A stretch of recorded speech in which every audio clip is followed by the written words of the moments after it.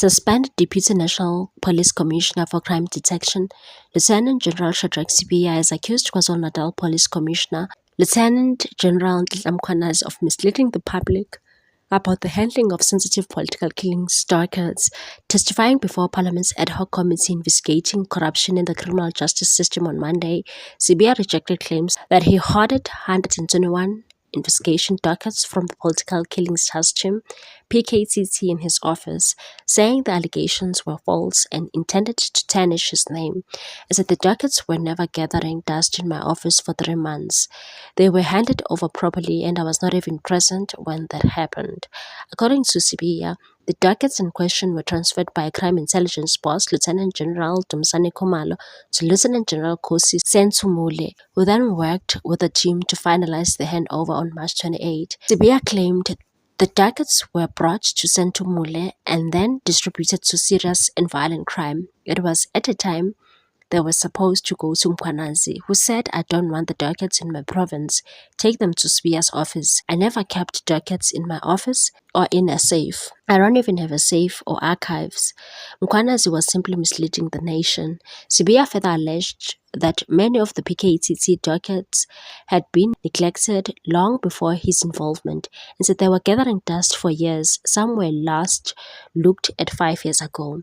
Sibiya's appearance before the committee comes amid growing scrutiny over his alleged role in the disbandment of the PKTT and controversial transfer of the dockets from KwaZulu-Natal to the SAPS head office. Actions, critics say, stalled investigations into politically motivated killings in the province. The controversy began after suspended Minister Senzo Mchunu issued a directive on December 31, 2024, ordering National Police Commissioner General Fane Masemola to disband the PKTT. Masemola, who was on leave when the directive arrived, told the committee he had opposed the immediate disbandment. He claimed Sibiya acted prematurely by implementing the order while he was away. Sibiya, however, painted a different picture. He said, "I agree that the National Commissioner didn't support the immediate disbandment, but he later produced a plan for a phased approach, and that is exactly what happened. He never said, 'I don't agree.' He never indicated any disagreement with the minister's directive.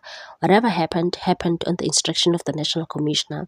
Sibiya argued that Masemola should have dealt with the minister's directive immediately rather than waiting until his return from leave.